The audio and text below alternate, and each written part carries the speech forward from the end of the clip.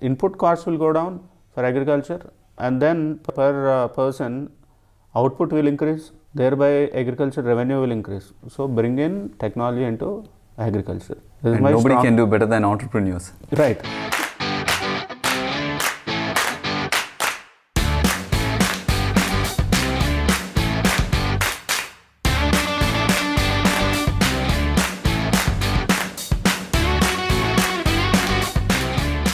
Hello everybody, welcome to Entrepreneurship Simplified, and this show is going to introduce you to the real life entrepreneurs who have actually kind of faced all the real life challenges and the successes and failures, and they are going to share with you how they actually kind of overcame during these challenges and became as a champion entrepreneur. And you can pick up this knowledge and then implement in your real life to realize your dream of becoming a powerful and successful entrepreneur much faster. And this show is being done in association with Young Indians. Young Indians is a movement of Indian youth to converge, co-create, lead and influence India's future. As an integral part of CII, Confederation of Indian Industries, which is a non-government, not-for-profit organization but led by the industry, who is playing a very important role in the development process of India. If you want to take part of India's growth, Young Indians is a place to be. And today's guest is a powerful leader in the education industry in India to actually lead the operations of one of the most sought after university in India. It has become like, it started as a, in 1980 as an engineering college with few students. Now today they've got like more than 20,000 students across so many divisions. And also bear in mind, even the international students from several countries wants to come in here and study it. And it's not for any other reason than the kind of infrastructure they built in, which you're going to see it during this video. Now, this person has made it happen in bringing all the innovation and so many initiations that they've taken. And it's not just about the education here. We are talking about so many initiations like where students go out there and create smart villages. And they've done more than 30 smart villages and they're having an ambition to more than 100. At this special person who is actually going to talk today is also having deep passion towards farming, and he's also trying to work out on so many angles within the agriculture industry, despite the fact that he brought in all this knowledge from various studies he has done before. And this university that I'm talking about is also having one of the very special rating of A++ rating in NAAC, which is the highest you can achieve in India. And the university has always maintained in the range of top 100 colleges and universities within India. And they have got so many grants from the government to encourage students to come up and become entrepreneurs. And this is the special thing about this whole episode is so far we have been talking to the entrepreneurs who moved out of college. And this episode is going to talk about the university who is creating an infrastructure who is going to inculcate entrepreneurship at the time of studies itself. So help me to introduce the young and dynamic leader and the Vice President of Koner Lakshmaya University, Raja Harin. Hi Raja. Hi Raja, how are you doing? Great, how are you? Very good, and I'm so happy to have you on the show. I'm happy too. So Raja, what I generally call entrepreneurship is ownership. That's why I keep telling people, take entrepreneurship of everything, right? And most of the time we have been talking so far is about how they need to really have the culture in mind when they come out of the college. But now you're actually having people within the college, right? Right. What kind of things that you think they should really learn, or maybe before entering into the college, or probably even within the college, to understand about this socio-economic thing that you said, right? To deal with the social problems. What kind of mindset do you think they should have? I would say firstly awareness. Because if you're coming from a very good background in terms of financially, I would say, you wouldn't know the problems where, a common a lower middle class or a poor person faces, right? Yes. So if you want to change, impact his life, you need to understand his problems, his wants, and what he has and what he can do. So actually what we do is we are making students go to villages and work with all kinds of people. So real India is known in villages only because majority of our population are still in rural areas. Yeah. And so only when students go and understand their lifestyle, their what they have and what they want, can they actually create a sustainable business models out of rural India, solving rural India's problems. So that's why we have we took up this smart village program, where we successfully were able to take up almost 30 villages and then work with them. We improved their living standards, we improved their health, we did a lot of studies, and we exposed them to various government opportunities that they have, which they are not aware of. People, they don't know that they have these schemes, and they're not tapping into them. They're from a particular community, let's say, and for this community certain schemes are open where you can apply and get benefit out of. People are not doing that. And even agriculture, I would say, they're not practicing this scientific model. So all these are being addressed in those villages, and now we are expanding it to close to 100 villages. So like this, what we do is, like, student really understands our society in rural India, not just urban India. So they can actually get ideas for for the problems that people face, and out of that a sustainable model will come out. Oh yeah, I mean, this is something really amazing. Even I mentioned even in the beginning, right? Really going into the villages and doing. How many students will be interested to come? Is it something like mandatory? Because many of the time, the current generation people I see, they're so much happy with the urban India. Right. They're least bothered about going into the village completely, right? Right. How many people, they come voluntarily, or is it some kind of an encouragement you give? During their course of study, they have to go and work. So every student at some point during their study has to experience society. Wow. So that is our idea behind it. So every student is exposed at a certain level. So it's mandatory. You can say that. Oh, okay. Yeah. See, there are three people who are really impacted here. One, by having the right education along with the social awareness, and it's such an important thing for the world to grow. Number two is the village, which is totally benefited because it is like the standards have increased, right? Yeah. I didn't know that really they're in every direction you are doing. Yeah. The third thing, as a university, you created a very important platform for people to look up to such a university where everything is covered. Right. And it is really amazing, right? And now you're going up to 100 and more. I would rather say that every village become like this, so that we are growing together in this whole growth of the India. Because majority of the time, growth of the India, we talking about more of the urban population.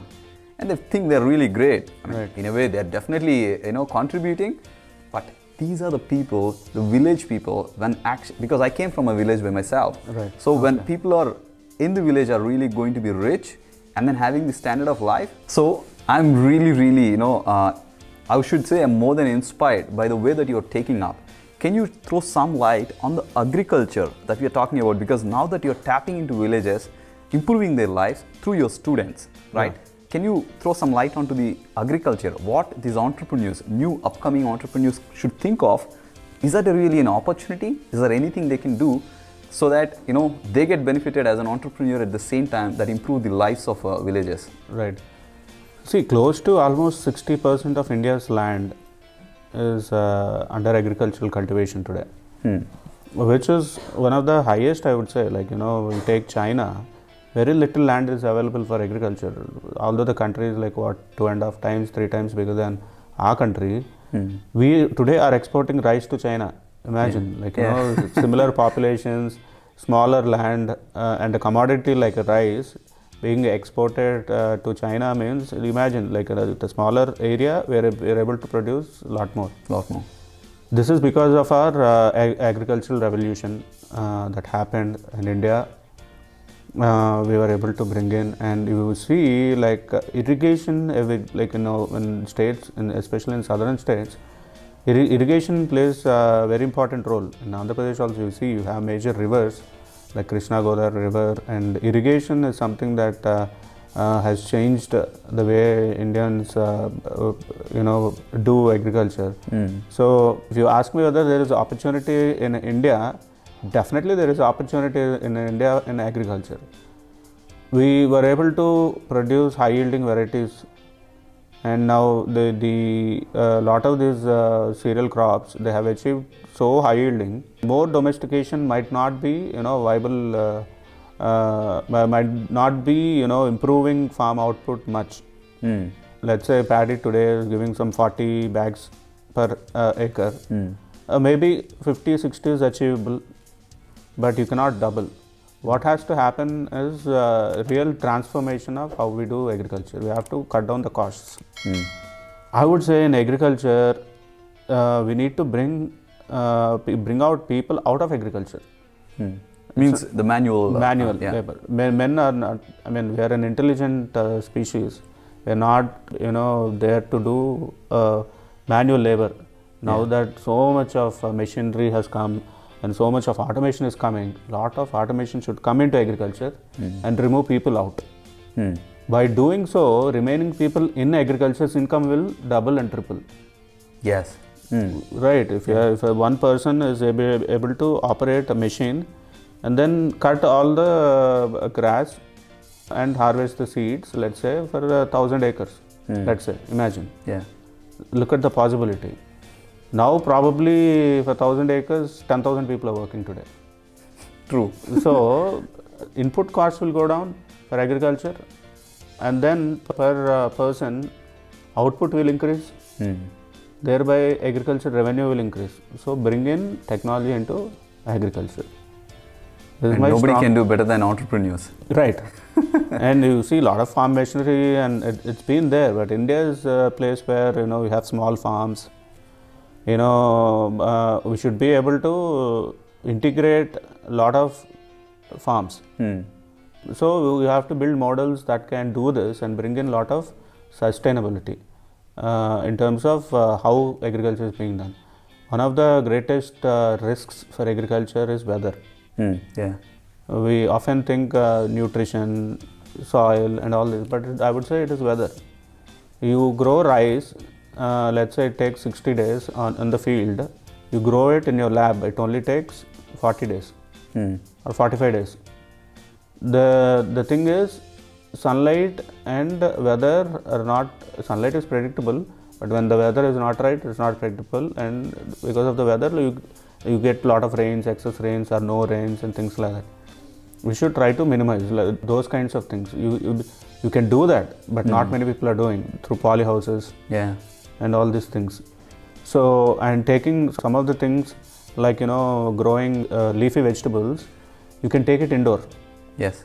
Like container farms, and I wouldn't suggest for fruits and vegetables and things like that, taking all of that indoor. But leafy vegetables in India is sustainable because seed takes lot less time when you control the soil and you control weather and you control sunlight. So they grow faster and they germinate faster, and then leafy vegetables you get output in a shorter duration and you can layer up. So these vertical are farming. Vertical farming. Low cost vertical farming is something that is required. That is one example of technology intervention into farming. And then machinery and polyhouses are solutions for agriculture. New business models that can integrate farms into large farms, small farms into large farms without changing the ownership structure. If we change, buy farms, large farms and do, that again will create social disturbance. Yes. So when we are talking about socio-economic development through technology intervention, we do not change the social fabric. Oh, okay. It means you're only managing, you're thinking about managing the farms, not really changing the ownership. All parts of society should be benefited. Now if somebody is corporatizing agriculture by acquiring land, that can create a huge disturbance. Disturbance, because there'll be a lot of landless people, and population in a country like India where high population is there, it has resulted earlier in revolts and social unrest, because of which again and also politics, lot of politics, and then people taking land from people who have more land, again redistributing it. We can't keep on doing this. Right? So innovative ways of doing business also should come up. I would say integrating into larger farms, and removing more men out of agriculture by using technology, and using more technology to control nutrients, weather and everything, things like that.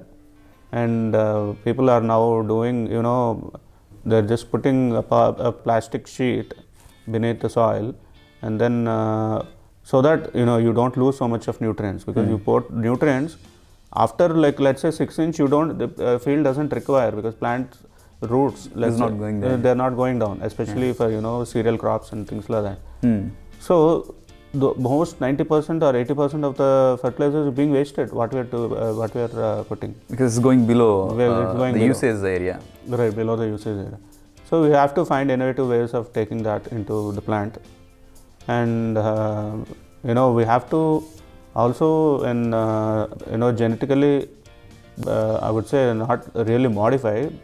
You can create hybrid models, where instead of yearly doing agriculture, you plant a cereal crop, it should sustain for 4 or 5 years. You only harvest the seeds.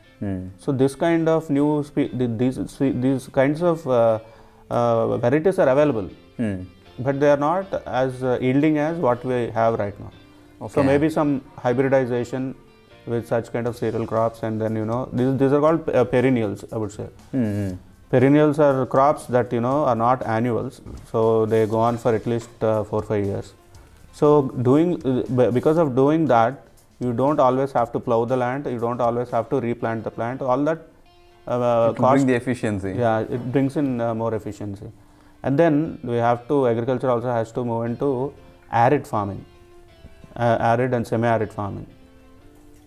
Lot of land, although India has 60% land that is good for agriculture, out of that, third or maybe a quarter, I would say, of land is getting eroded now. Oh, okay. Because of extensive cultivation and then exposure to weather and floods, the topsoil is being eroded.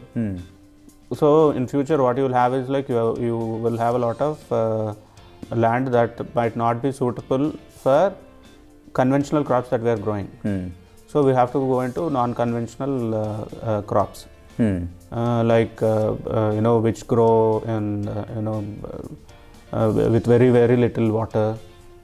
So arid and semi-arid cultivation crops also should be more popularized in India, I would say. Wow. Which is not being done. We were focusing on mostly, crops like conventional crops like rice and wheat, but not on millets. Some of the millets are they do very good with very little rain. Yeah. And with very little, rain and nutrients.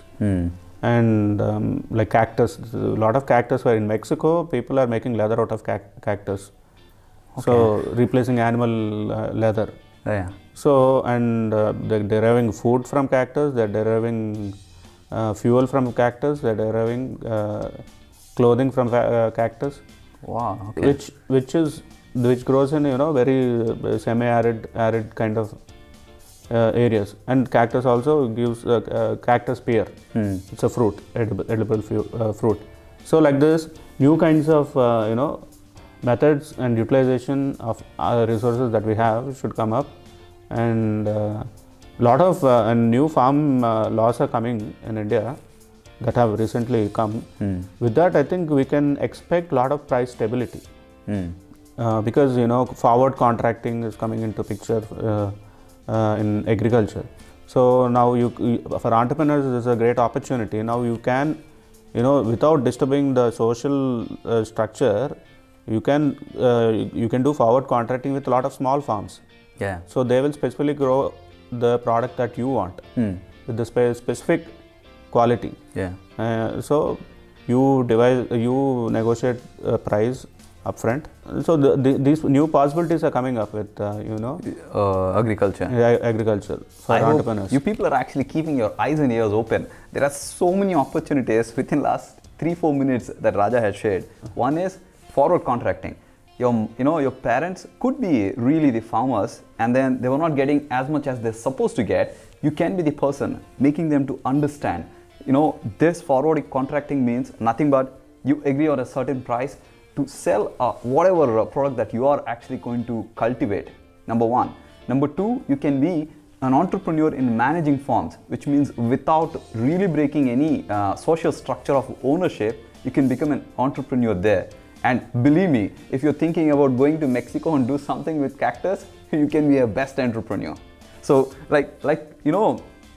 if you're actually listening clearly, there are so many agriculture industry itself. And actually my wife is from a farming family. And everything that you speak about, one day we were actually driving by in Switzerland, and the greens and all were there. When somebody was kind of on the field doing the real work, the machine is going, and then there was one person sitting on top of the machine. And the next week we are back here, and then we went to my wife's place where the farming was going on. I could see more than at least 30 to 40 people in the similar space. Okay. I was just kind of thinking, why that difference is, at that moment we were even thinking, should we bring in one machine? Because being a farming family, she'll have, even in a situation where she can kind of put the machine. Then we went and talked to some of their, relatives. They are still kind of concerned. They think there is something wrong with it.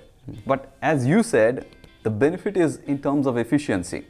And it's going to bring in a lot of revenue additionally, because the efficiency comes into the picture, right? Yeah. And this is something, as an educated entrepreneur, you should actually educate the parents. Or you take the responsibility of becoming an entrepreneur in this industry, which can actually kind of benefit all three sectors like we talked about. You as an entrepreneur, you will grow, and your parents will be happy seeing you grow, and the whole country is growing towards in a situation where we don't need to see 100 people on a small farm, right? It is something that we as youngsters, we should take that initiation, I believe. Right. Those things are possible, but actually in India what's happening is not enough employment is being created in the urban and corporate sectors. Okay. So a lot of people are remaining in agriculture. You suddenly bring in technology and suddenly, let's say, change the farming thing. So the 1,000 acres, only 10 people are going to cultivate, let's say. Yeah. What is going to happen to all these people? Already India is facing a lot of employment. This slowly it has to come, I think, my personal thing. But definitely, for a farmer, all the things that we have been discussing are very good. Yeah. And those people who are there in farming already, they have to be reskilled. Everybody is getting upgraded, right? Yeah. If you wouldn't have actually kind of, from the time we came out of the engineering till now, if we don't upgrade ourselves, we would have been obsolete by now, right? Yeah, right. But I really don't want to politicize, because we are an organization, we are only talking about entrepreneurs. But what is your thought process behind the farm laws that are being kind of changed in India? Do you think it is going to benefit the farmers or no? I would say it's a very tricky question, because we already have a structure in terms of how market works in India. And now by changing these laws, we have to adopt to new environment of the new market. But in long term, I would say it is benefit for government and farmers and consumer. Now government is facing a lot of challenges, because it has to hugely subsidize the price and also farming. In the sense, farmers need to have minimum guaranteed support price, right? Yes. MSP that a lot of the people have been demanding. But the consumer should not face higher price. High price. But with the new laws, I think properly managed, they will bring in a lot of efficiency, where there is a predictability in pricing. You do not need to have in agriculture. The thing is, you do not need to have a fixed price, minimum guaranteed fixed price. That is my personal opinion. A lot of farmers might be might not agree with it. From what I understood, in agriculture, you need a lot of predictability in pricing. You see, especially in state of Andhra Pradesh, let's say you're taking a turmeric crop, it moves almost sometimes 5 times in 1 year. Okay. And we have seen, dals, these pulses moving 3 times or 4 times in 1 year. So imagine farmer plants when the price is high and price drops, what do you do? Gone. There might be like close to 100 crops or 200 crops in the country. Government cannot give minimum guaranteed price for all the crops. Yes. Those farmers that are fighting for few crops, Yeah. not for all the crops. Right? True. True. Is there any minimum guaranteed price for mango? No. Or any other fruits? Right? Is there any minimum guaranteed price for vegetables? Or leafy vegetables? So what are we discussing means we are discussing on only few crops. When it has to change entire agriculture means the new laws will definitely help change the entire agriculture. So we should not look at a specific few crops, but we have to look at the agriculture As a whole for the country. As a whole for the country.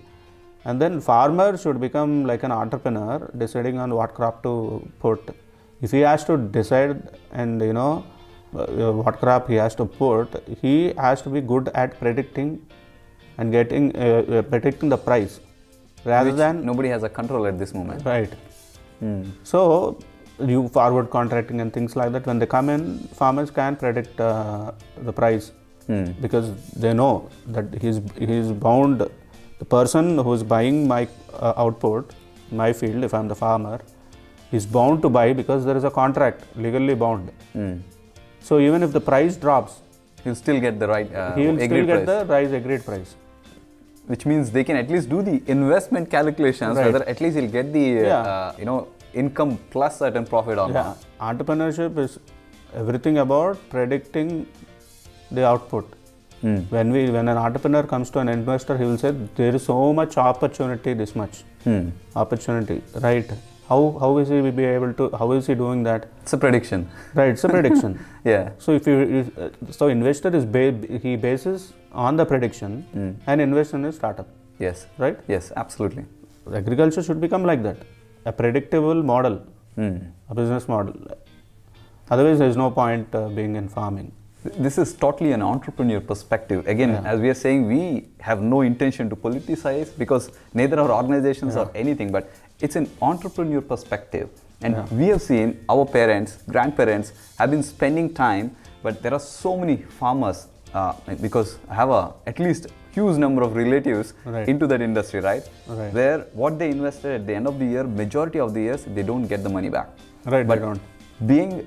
bringing your entrepreneurship qualities in terms of having the prediction and then bringing in the people who are investing into the prediction and then making the whole thing into a seamless process can really elevate the, even our role as an India in the whole world can be elevated, right? Right.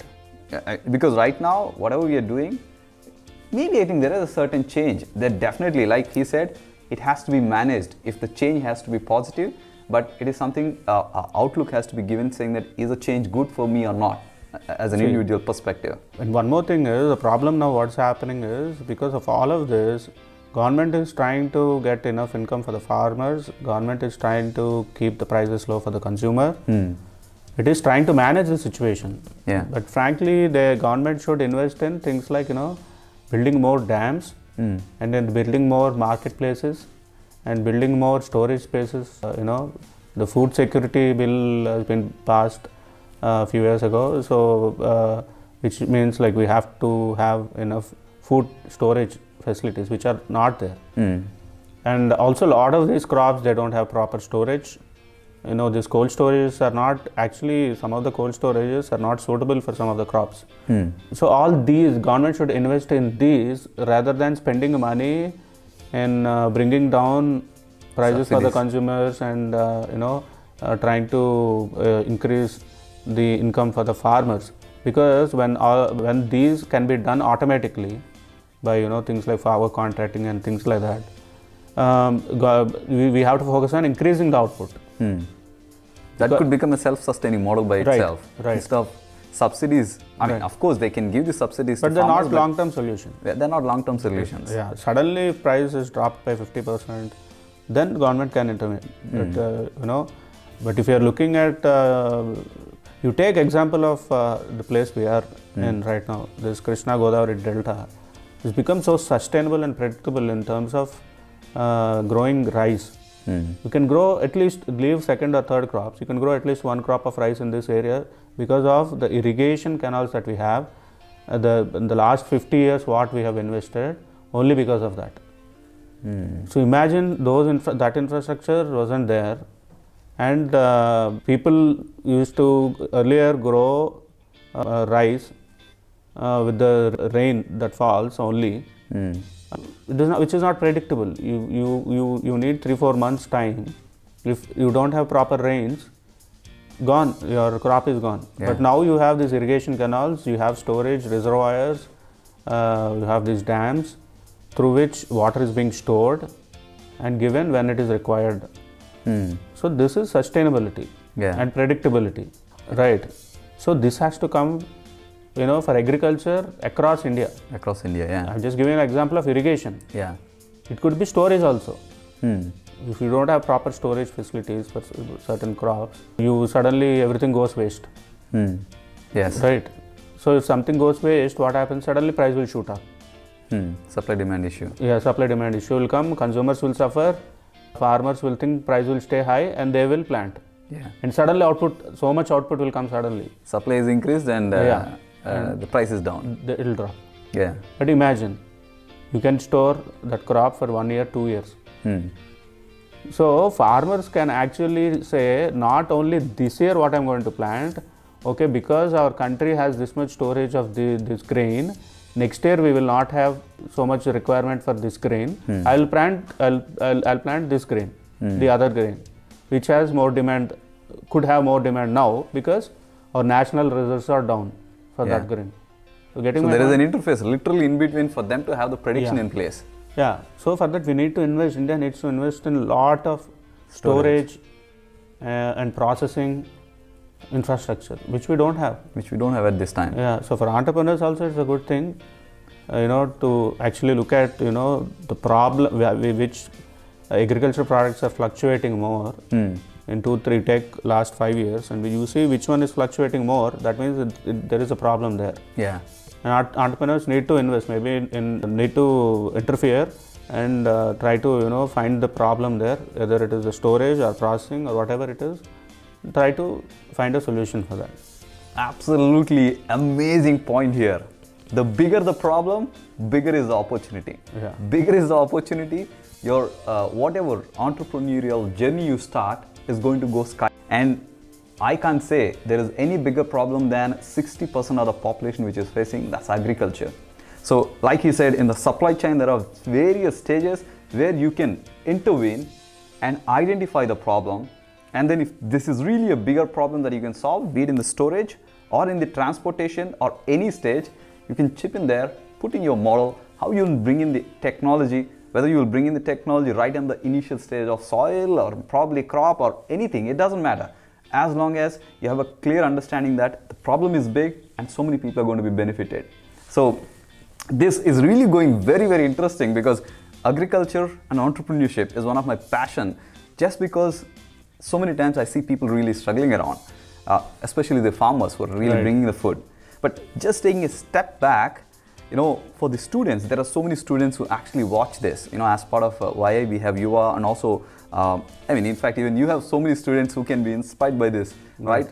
What kind of, infrastructure is there for the entrepreneurs, or probably dreaming entrepreneurs who wants to become an entrepreneur and joining into KLU? What kind of infrastructure or what kind of journey they can think that they can go through? Because I heard that you have incubation center, you have got so many things. So, I would say, we have, if you want to become an entrepreneur, we can, give you facilities, but not only that, what we do is, like, for a student to overall develop, we have skill development programs and skill centers and different skills. We have fab labs, which means labs where students can go make their own product, new product, let's say, they can test it there. So this is all irrelevant. It is not relevant to the curriculum. Oh, okay. It is independent of curriculum. They can just go there and develop those products there. And then we have incubation centers. We do a lot of startup events where we can mingle with a lot of other people who are in the same line. Apart from that, we we've recently got this government funding.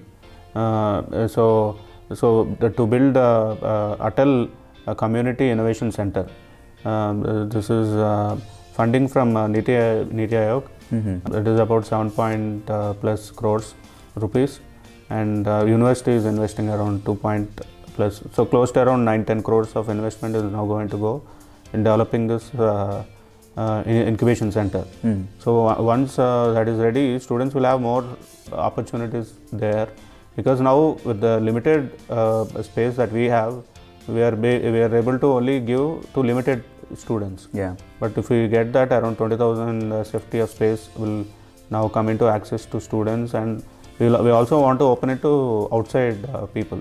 Outside startups also can come, join, and utilize all the resources. Not just that, they can utilize our library facilities or Fab Labs. Once you are enrolled in that, they can utilize all of that, and they can develop as entrepreneurs. We help them find mentors also, whether it is our faculty or alumni, like that, and we send our students to these entrepreneurship programs that are there outside, so that they get awareness of what people are doing outside.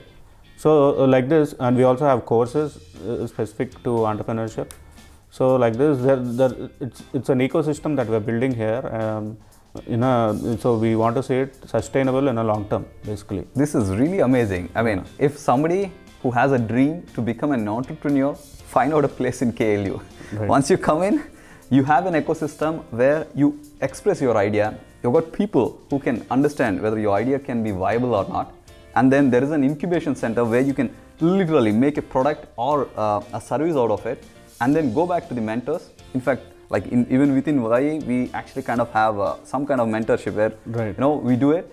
Once you are mentored, you'll have a proof of concept, and then you start flying. It looks like you have already told 50 companies have already got incorporated, right? Yeah, incorporated companies.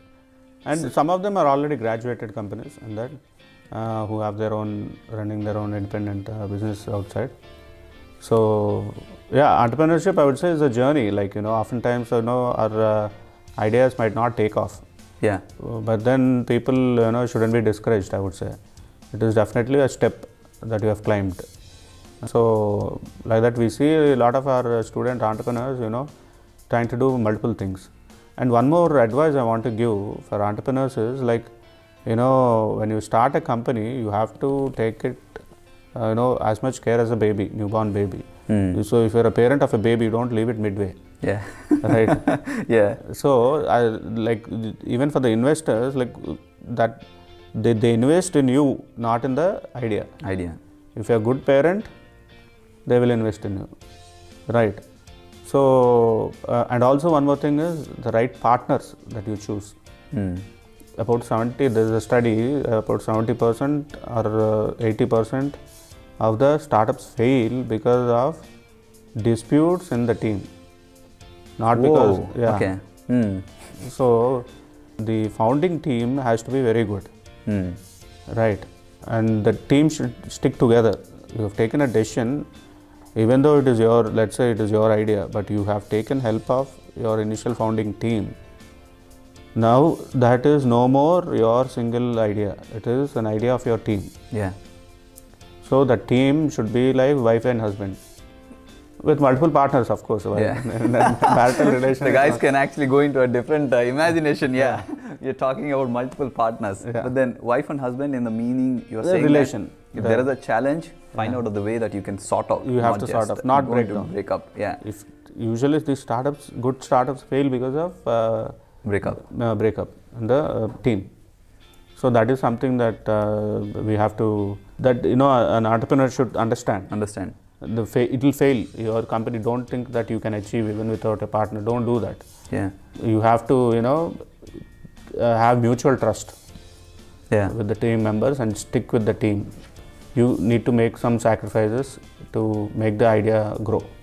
This is a very important point. I can't agree any more about it, because it is so easy to, some of the people in the current generation, this relation works, okay, and this is not working, gone, break up, right? as far as entrepreneurship is concerned, this relationship, like what an amazing analogy you said, is baby. Right. And because we have babies, so we can understand. But you don't have baby, but you can always consider your, partner, or probably you being a baby. What would have happened if your parents kind of, deserted you? Yeah. It wouldn't have happened, right? Right. So unless you're ready for it, don't start. Nobody is forcing you to start the entrepreneurship, but if you're not ready, you're only going to go towards all these disputes among the partners, at the end of the day collapsing and starting again. If you're not ready, it's okay. It's always fine. Some people start their career in the corporates and get into the entrepreneurship. That should be fine, right? Right. But as long as you're not ready, don't take that step, because entrepreneurship is like parenting. I mean, right. It just came out of your this thing. Yeah. But if there is an advice, like you said just now, right? If there is an advice in terms of, now we spoke about agriculture industry, or so many industries. So a lot of people say, I just want to do business, but I don't know where to start with. And what is the advice that you have? Probably I know for KLU students, there's so much of infrastructure that you built in. That's amazing. Right. But what about others who actually start in their college, but they don't have any infrastructure, but they really want to start their entrepreneurial journey? Where do they start?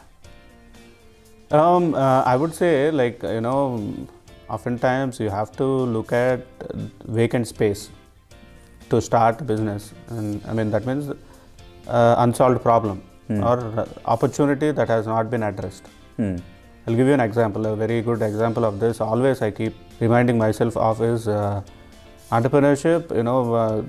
Let's say there's a forest, let's say, and there are billions of trees in the forest. Or say thousands of trees in the forest, and they produce billions of seeds.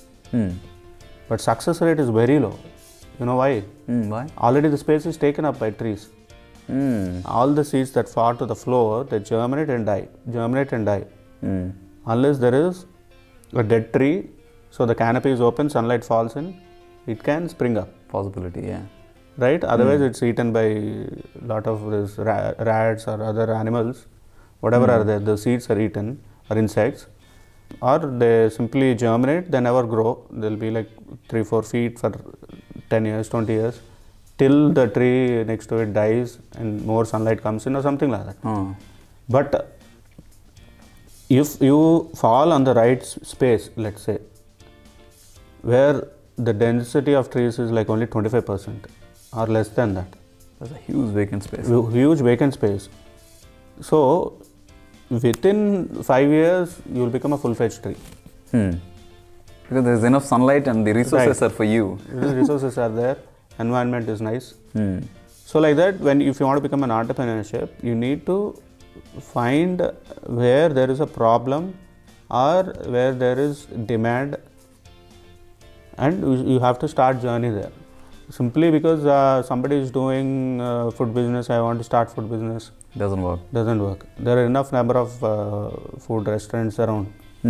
Yeah, this is one thing very common. I see it like restaurants. Even I used to have one time restaurant. I love it, right? Because I love food. It doesn't mean that I can run a restaurant, right? Right. But yeah, this is for the people who doesn't have any idea where to start. Find that vacant space. Find that vacant space where in the middle of the forest. Believe me, there are so many opportunities are lying out there. But if you're looking into something like a restaurant, probably there is not vacant space. You may not really kind of succeed. Right. So find that vacant space where you can put the seed, grow faster, whether the resources are there or not. Every single advice which came out of this conversation is like a foundation for a person who wants to be an entrepreneur. But if you find any things that really kind of, questions comes out of your mind, make sure to, put your questions in the comment box. Probably, we can reach out to Raja again, because being so busy with so many entrepreneurial journeys that you're actually going through, I want to say a big thank you for giving your time and spending this time to actually giving this advice to this young generation, right? So here, this is where we need to really come to the end of the conversation. A lot about, we spoke about the agriculture industries, entrepreneurs, solving the big problems. So bigger the problem, bigger the opportunity. Any other last advice you have before we conclude? I would say you enter into entrepreneurship only if you're sure that you can do it. But entrepreneurship is not for everyone. But if you have the entrepreneurship spirit, even in if you are an employee, you'll reach, you can reach in the company to a higher level, like maybe till the top level of management. See, like if at all, if you're looking for the predictable income, at least for a certain number of years before you start your journey, just get into an employment, but show the entrepreneurship skills there. Because like we are talking about, entrepreneurship is equal to ownership. Take whatever is your role, take ownership of it, things should be absolutely fine. And this is where we summarize this conversation. And if you have not yet subscribed yet, make sure to subscribe. And you also have all the links relevant to the university in this description. Make sure to check it out. And if you're ready to start the journey as a student, as an entrepreneur, as a startup who wants to have the backup of an organization like this, make sure to reach out to them. But otherwise, I'll see you in the next episode of Entrepreneurship Simplified. Thank you so much. Sure. Thank you.